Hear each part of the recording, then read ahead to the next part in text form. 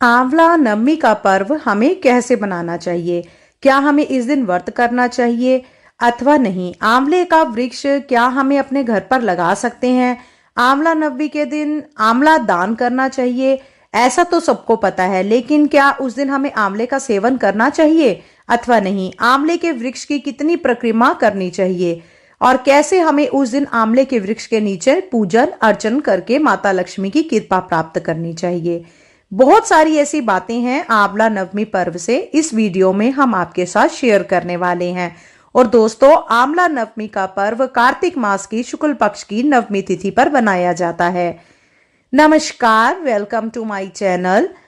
दोस्तों, आंवला नवमी का पर्व बहुत ही शुभ माना जाता है। कहते हैं कि पूरे कार्तिक में आंवला खाने और आंवला दान करने का बहुत महत्व है।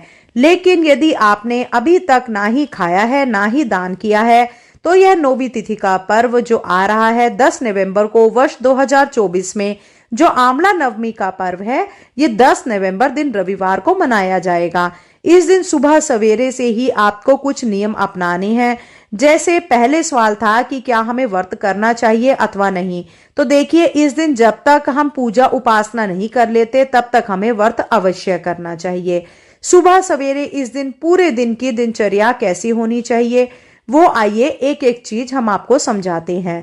पहला तो आपको सूर्य देव से पहले उठ जाना है। जो लोग कार्तिक स्नान का नियम लिए हैं उनको तो पता ही है कि वह सूर्योदय से पहले स्नान ध्यान करके माता तुलसी की पूजा करके अपने घर की पूजा करते हैं। लेकिन आंवला नवमी के दिन आप सुबह सवेरे ब्रह्म मुहूर्त में उठे, स्नान करें, अपने नित्य कार्य को निपटाते हुए स्नान करें और स्नान करते समय आपको अपने स्नान वाले जल में आंवले का रस मिलाकर आप उसी रस से स्नान करें। यदि फ्रेश ताजा आंवले का रस नहीं मिल सकता तो आप आंवले का चूर्ण या फिर आंवला सीधा जल में डालकर रात में रखें और सुबह उससे आप स्नान कर सकते हैं। इससे आपका ओरा भी शुभ होगा और माता लक्ष्मी जी की कृपा प्राप्त होगी। जैसे ही हरताल का तीज में आंवले का चूर्ण हम अपने बालों में लगाते हैं, उसी तरह से नौवीं तिथि पर हम आंवले के रस से स्नान करते हैं। पहला नियम हो गया। अब हम दूसरे नियम की अगर बात करें तो आंवले के वृक्ष के पूजन की बात कही गई है। तो आपके घर में आसपास में किसी भी पब्लिक प्लेस में, पार्क में, मंदिर में, जहां भी आंवले का वृक्ष है, आप वहां जाकर आंवले के वृक्ष के नीचे माता लक्ष्मी और भगवान विष्णु का पूजन करें।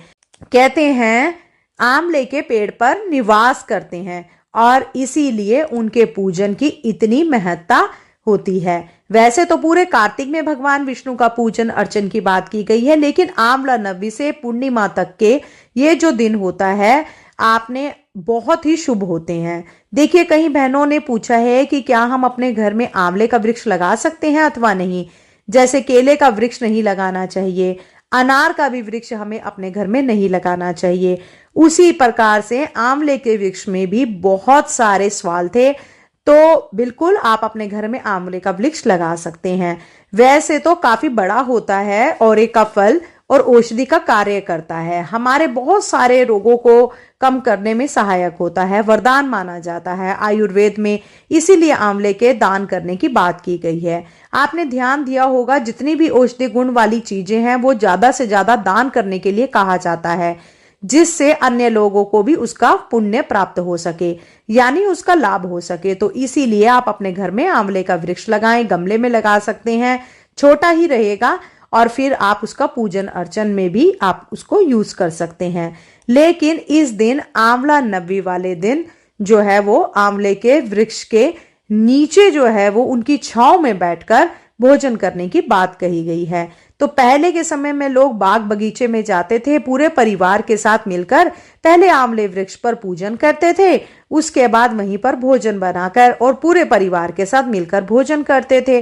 और आंवले के वृक्ष के नीचे ब्राह्मण को, यानी कि पति पत्नी जोड़े से, यदि हम किसी सात्विक भोजन को ग्रहण कराते हैं या दक्षिणा देकर उनका आशीर्वाद लेते हैं, तो इससे जो पुण्य फल की प्राप्ति होती है, इससे आपके ऊपर तो उनका शुभ परिणाम मिलता ही है, आपकी आने वाली 7 पुश्तें भी इसका सुख भोगती हैं और माता लक्ष्मी की कृपा आपको प्राप्त होती है। इसी के साथ साथ अगले दिन आंवले का दान अवश्य करना चाहिए। तो देखिए कितना आंवला दान करें, ये भी मन में सवाल आता है। तो आप अपने समर्थ और श्रद्धा के अनुसार दान पुण्य किया करें। नियम तो बहुत सारे हैं, लेकिन उन नियमों के अनुसार यदि हम ना भी कर सकें तो कुछ ऐसी चीजें हैं जिसका हम अपने समर्थ के अनुसार दान पुण्य करके या उन कर्मों को कर कर भी हम उसका लाभ उठा सकते हैं। तो इसी के साथ साथ आप 108 आंवला दान करने की बात कही गई है, और जितने आंवला कहते हैं कि पहले आंवले के वृक्ष की पूजन करते हैं, तो आंवले के वृक्ष में आंवले को हम चढ़ाते भी हैं। तो 108 आंवला, जैसे कि आंवला आपने ले लिया, ओम नमो भगवते वासुदेवाय, ओम नमो भगवते वासुदेवाय नमः, इस तरह से 108 बारी उस आंवले को आपको मंत्र का जाप करते हुए जड़ों में रखना होता है। उसके बाद आपको परिक्रमा करना है। तो जो परिक्रमा के लिए आप 108 परिक्रमा कर रहे हैं, 51, 21 या 11, जितने भी आपके समर्थ हैं, देखिए हर लोगों का अवस्था और क्षमता अलग होती है। तो आपने अपनी क्षमता और अवस्था के अनुसार आप परिक्रमा लगाएं, दान कीजिए। नियम की हम बात करें तो 108 आंवला दान और 108 परिक्रमा की बात कही गई है।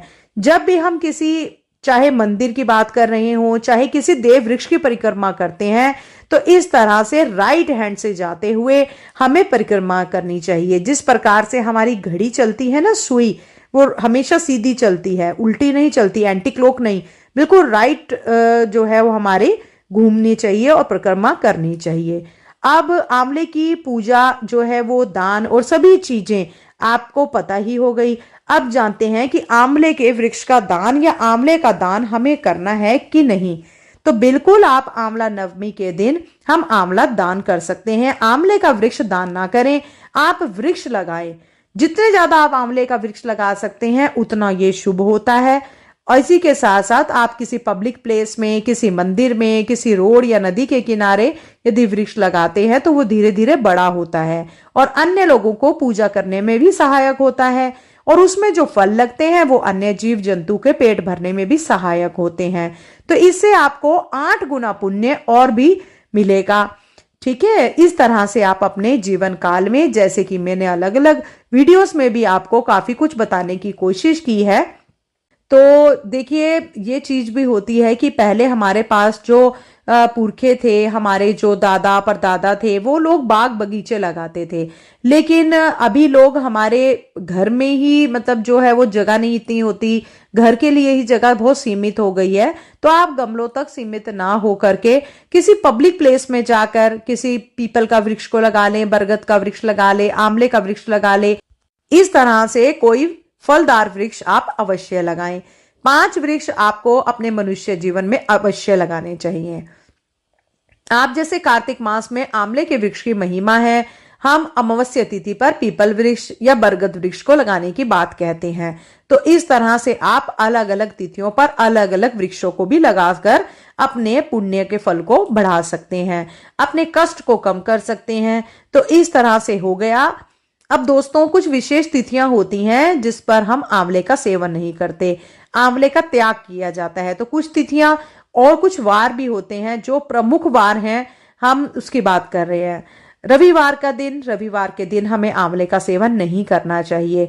और किसी किसी, जैसे कि हम बात करें पद्म पुराण की, तो हम बात करें देवी पुराण की, तो उसमें शुक्रवार के दिन भी जो है वो आंवले का सेवन निषेध बताया गया है। रविवार का दिन और शुक्रवार के दिन हम इन तिथियों की बात करें तो 7वीं तिथि, 6ठी तिथि और अमावस्या तिथि पर भी आंवले का, या संक्रांति जिस दिन सूर्य का राशि परिवर्तन होता है उस दिन भी हमें आंवले का सेवन नहीं करना चाहिए।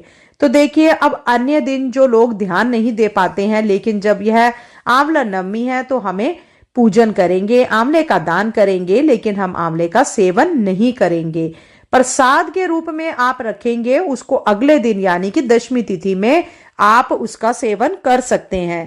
पूरा लाभ लेने के लिए अब देखिए, आप 1 आंवला 2 आंवला किसी को देते हैं तो वो हो सकता है उसका सदुपयोग ना कर पाए। तो इससे अच्छा है कि आप आंवले का कोई भी रेसिपी बना सकते हैं। आंवले को चीनी में पका करके, जिसे मुरब्बा कहते हैं, आप उसको दान कर सकते हैं।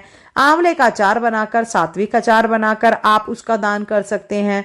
इसके साथ साथ चटनी बनाकर दान कर सकते हैं। कहने का अर्थ है कि अलग अलग तरीके से हम आंवले का इस्तेमाल करते हैं, तो आंवले का दान आप किसी रूप में भी अवश्य करें। दूसरी अहम बात यह है कि जब हम आंवले के वृक्ष के नीचे भोजन बनाएंगे, तो अब जैसे बहुत सारे लोगों की व्यवस्था नहीं हो पाती कि भोजन बनाएं, तो आप अपने घर से लेकर जाएं और आंवले के वृक्ष के नीचे उस भोजन को कुछ देर रखें, जब तक आप पूजा परिक्रमा करेंगे, और वहीं पर आसन लगाकर बैठकर आपको भोजन करना चाहिए। इससे भी आपको पुण्य फल मिलेगा। लेकिन जो वो भोजन होगा वह सात्विक होना चाहिए। लहसुन प्याज का इस्तेमाल बिल्कुल ना करें। हो सके तो आंवले के वृक्ष के नीचे कोई गंदगी भी ना करें। खाने पीने के बाद आपको झूठा या फिर कुछ अन्य पत्ते वगैरह आपको वहां पर नहीं फेंकने चाहिए। इसके साथ साथ आंवले के वृक्ष के नीचे साफ सफाई उस दिन आप जरूर करें। आंवले के फल का दान आदि करते हुए हो सके तो आप पति पत्नी जोड़े से ब्राह्मण को बुलाए। नहीं हो सकता तो आप एक थाली में भोजन सूखा या पका हुआ लाकर उसमें कुछ श्रृंगार की सामग्री अवश्य रखें, क्योंकि देखिए जब हमें माता लक्ष्मी की पूजा करते हैं तो माँ लक्ष्मी का संबंध सीधे श्रृंगार से होता है, और श्रृंगार का अर्थ शुक्र ग्रह को जोड़कर देखा जाता है। तो कहीं ना कहीं इन सब चीजों से हमारे सौभाग्य में वृद्धि आती है। तो आप आंवला नवमी के दिन आंवले के वृक्ष की पूजन और दान पुण्य परिक्रमा आदि करें और अपने जीवन में सौभाग्य की वृद्धि करें। आज की वीडियो में बस इतना ही। यदि हमारी जानकारी आपको थोड़ी सी भी हेल्पफुल लगे तो प्लीज वीडियो को ज्यादा से ज्यादा लोगों में शेयर करें। आने वाले वीडियो के लिए सब्सक्राइब करें। हरि प्रदोषनी एकादशी का व्रत उपवास हमें कैसे करना है वह जानकारी हम आपके लिए अगली वीडियो में जरूर लेके आएंगे। जब तक के लिए जय श्री कृष्णा, राधे राधे।